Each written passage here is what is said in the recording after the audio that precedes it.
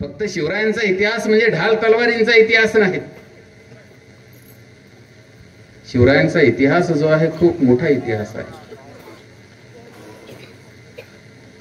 पण विशिष्ट पद्धतीने तो इतिहास आपल्या समोर आणला गेला आणि विशेषतः शाहिरांच्या डफाने तो वेगळाच इतिहास आपल्या समोर आला. पोवाडे माहिती का रे पोरांना तुम्हाला? पोवाडे नाही का? सांगू का एखादा पोवाडा? हा सांगा सांगा. कोणता पोवाडा माहिती आहे तुम्हाला?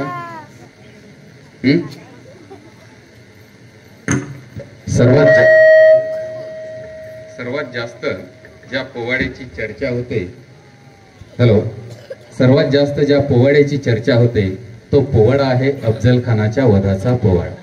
बरोबर ओळखलं ताई तुम्ही? मी बरोबर ओळखलं म्हणे.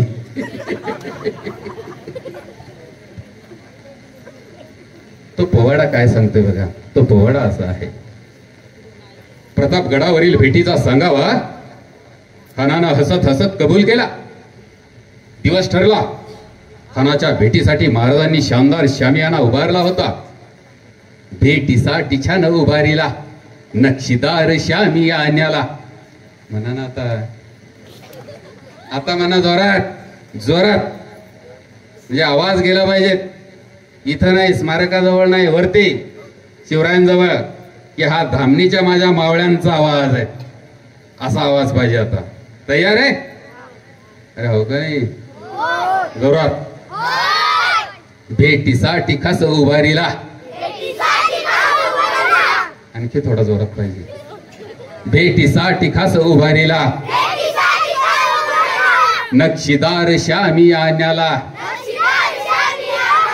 भेटीसाठी खास उभारीला नक्षीदार शामियान्याला. अन अशा या शामियान्यात खान डौलत डुलत आला. खान डौलत डुलत आला. सय्यद बंड त्याच्या संगतीला. सय्यद बंड त्याच्या संगतीला. शिवबाच्या संगती महला. शिवबाच्या संगती महला. महला म्हणजे जीवा महाला बरं का. म्हणतात ना, होता जीवा म्हणून वाचला. शिवबाच्या संगती महला. खान बसलेला आहे सदरेवरती. शिवराय प्रवेश करताय. काळ सुद्धा चालायचा थांबलेला आहे. यमराजाच्या छातडात धडकी भरलेली आहे. शिवरायांना खान पाहतो. खान सदरेवरनं उठून उभा राहतो आणि मनात विचार करतो, शिवा काफर पहाड़ का चूहा जिसने मेरे बादशाह को त्रस्त किया, मैं उसे फस्त करना चाहता हूं. आणि खान म्हणतोय कसा, आओ शिवाजी आओ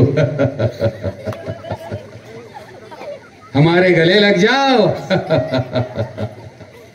खानानं शिवरायांना आलिंगन दिलं आणि दगा केला.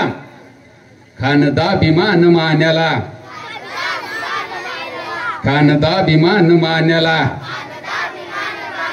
कट्यारीचा वार त्याने केला. कट्यारीचा वार त्याने केला. चिलखत होत अंगाला. चिलखत होत अंगाला. खानाचा वार फुका गेला. खान गडबडला. इतक्यात महाराजांनी पोटामध्ये बिचवा ढकलला. पोटामध्ये बिचवा ढकलला. वाघ नखाचा मारा केला. वाघ नखाचा मारा केला. तडा तडा फाडलं पोटाला. तडा तडा फाडलं पोटाला. तडा गेला खानाचा कोथळा. बाहेर आला जी जी. बाहेर आला जी जी. बाहेर आला जी जी जी जी जी जी. आता मला येथे सांगायचं आहे. पहिलंच वाक्य काय? प्रतापगडावरील भेटीचा सांगावा खानानं हसत हसत कबूल केला. पूर्णपणे चूक. आपल्याला बरं वाटतं ना, प्रतापगडावरील भेटीचा सांगावा खानानं हसत हसत कबूल केला, बरं वाटतं. चूक. खान कसलेला सेनानी होता, योद्धा होता. नागवी पहार दोन्ही हाताने वाकवणारा, पुन्हा ती सरळ करणारा. तोफीची गाडी एकटा उचलणारा, आणि त्याला सांगितलं होतं त्याच्या सरदाराने, गुस्ताखी माफ हो हुजूर, लेकिन हमें इसमें सरासर धोखा नजर आता है। ओ सिवा बहुत सूरमा है, चालाक है, अभी तक इसने किसी के आगे अपना सर नहीं झुकाया है। प्रचंड राग आला खानाला, अरे माझे सरदार, माझे सैनिक, आणि मला म्हणतात शिवाजी बहुत चालाक है, सूरमा है। त्यावेळेला अफजल खान त्यांना म्हणतो, हाँ हाँ हाँ, तुम बहुत ही बोलो शिवा के बारे में, लेकिन तुमने अफजल खान की गुस्से को नापा ही कहा है, ताकत को समझा ही कहा है। अरे इस अफजल खान के दौड़ते हुए टापों के नीचे कर्नाटक ने आखिरी सांस ले ली। जब शैतान भी मेरा गुस्सा देखता है तो वो भी कांप उठता है, फिर शिवाजी किस झाड़ की पत्ती है। परंतु तो यायला तयार नव्हता। त्यावेळेला खानाच्या छावणीत जाऊन जिजाऊ साहेबांनी खानाची भेट घेतली आणि सांगितलं खानाला, हा भोसल्यांचा शब्द आहे, दगाफटका होणार नाही, भेटायला जा। शिवाजी राजा घाबरलाय तुम्हाला, नाहीतर पळून जाईल। आणि हे लिहिलेलं आहे, पत्र आहे, एक इंग्रज अधिकाऱ्यांना लिहिलेलं आहे। हेनरी रेविंग्टन आणि रेडॉल्फ टेलर यांनी 10 डिसेंबर 1659 ला लिहिलेलं पत्र आहे। अफजल खानाच्या छावणीत जाऊन तेथे त्याला विश्वासात घेऊन बाहेर येणं म्हणजे पिसाळलेल्या वाघाच्या जबड्यात जायचं, त्याचे दात मोजायचे आणि सही सलामत बाहेर यायचं। मग पिसाळलेल्या वाघाच्या जबड्यात जाऊन त्याचे दात मोजून बाहेर येण्यासाठी सिंहिणीचं काळीज लागतं, सिंहिणीचं काळीज। आणि ते सिंहिणीचं काळीज असलेल्या माझ्या राजमाता, राष्ट्रमाता जिजाऊ साहेब होत्या, जिजाऊ साहेब। जेव्हा शिवराय जन्माला आलेत, कधी आले रे शिवराय जन्माला? वा, किती गोडखोर आहे रे तुम्ही। आणि शिवराय गेले कधी, मृत्यू कधी झाला? वा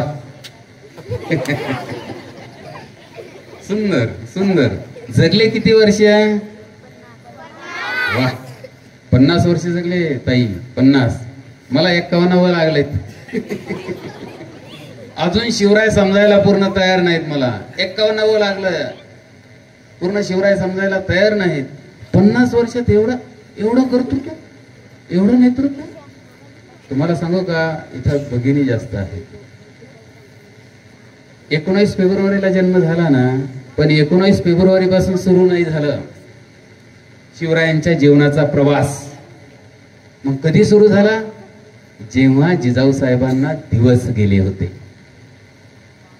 जेव्हा जिजाऊ साहेबांना डोहाळे लागले होते। डोहाळे काय होते जिजाऊ साहेबांचे डोहाळे?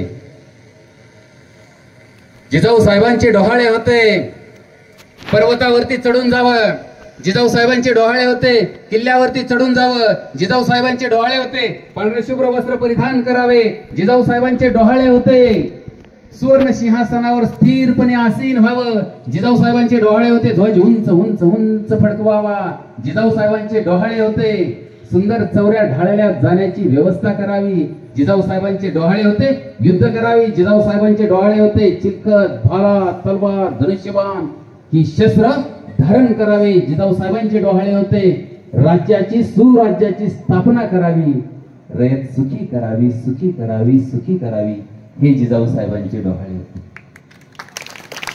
धन्य धन्य तू जिजाऊ माता, तूच पाहिले क्रांतीचे डोहाळे, धन्य धन्य तू जिजाऊ माता, तूच पाहिले क्रांतीचे डोहाळे, तुझ्याच चरणी ठेवून माथा साजरे केले स्वराज्याचे सोहळे, स्वराज्याचे सोहळे।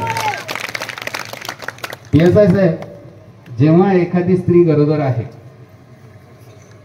तेव्हा ती स्त्री जो विचार करते, आचार करते, त्या विचाराचा आणि आचाराचा त्या गर्भावरती परिणाम होत असतो।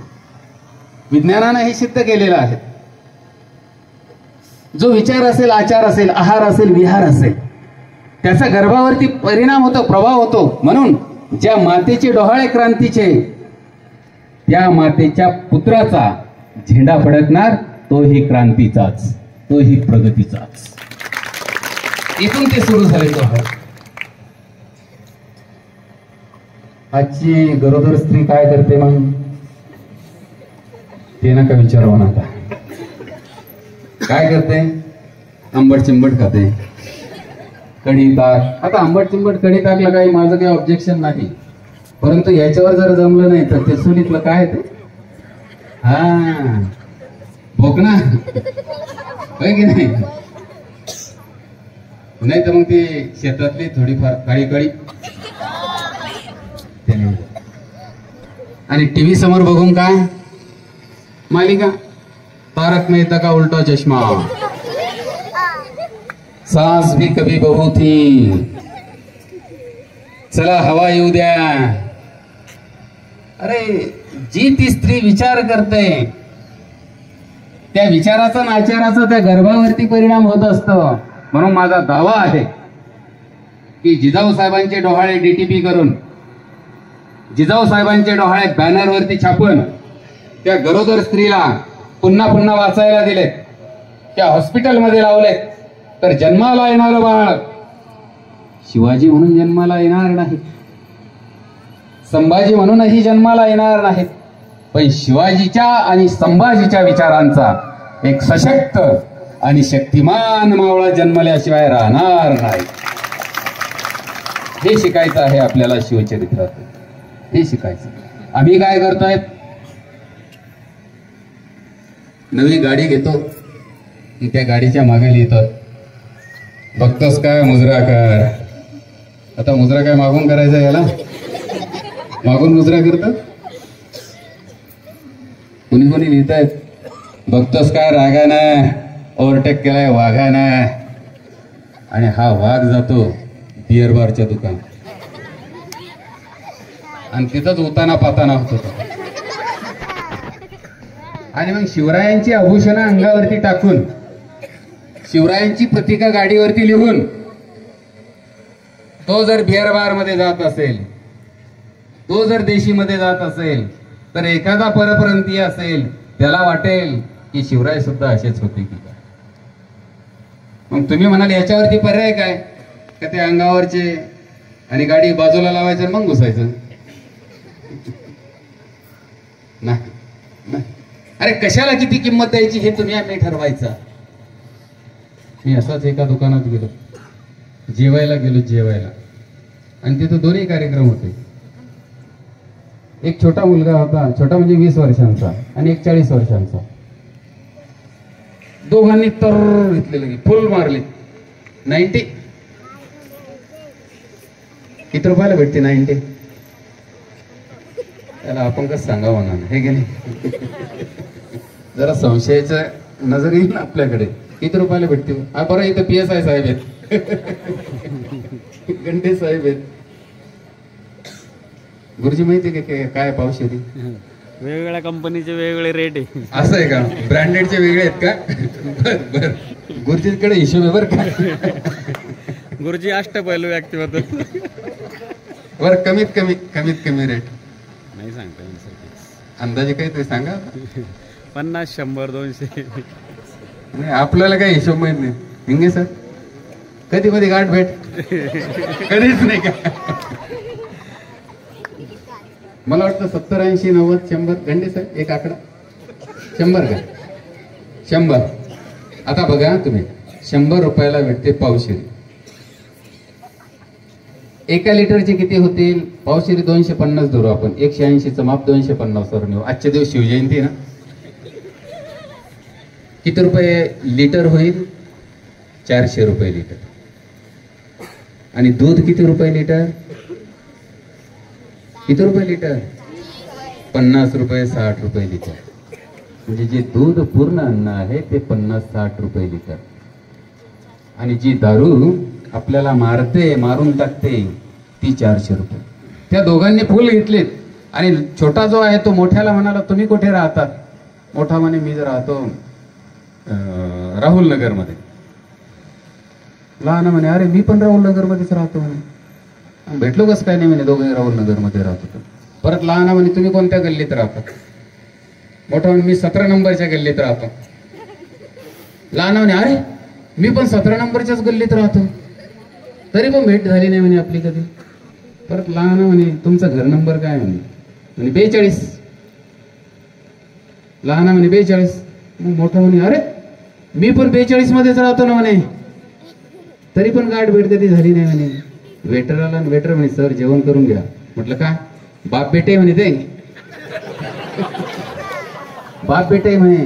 मग बापानं पोराकडं जवळ जर असा आदर्श ठेवला तर पोरग तरी काय करे. बापानं तंबाखू खाल्ली, पोरग गुटखा खाणार. बापानं देशी मारली, पोरग विदेशी मारणार. त्याच्यामुळं आपण आपल्या पोरांसमोर काय आदर्श ठेवतो याला विशेष महत्व.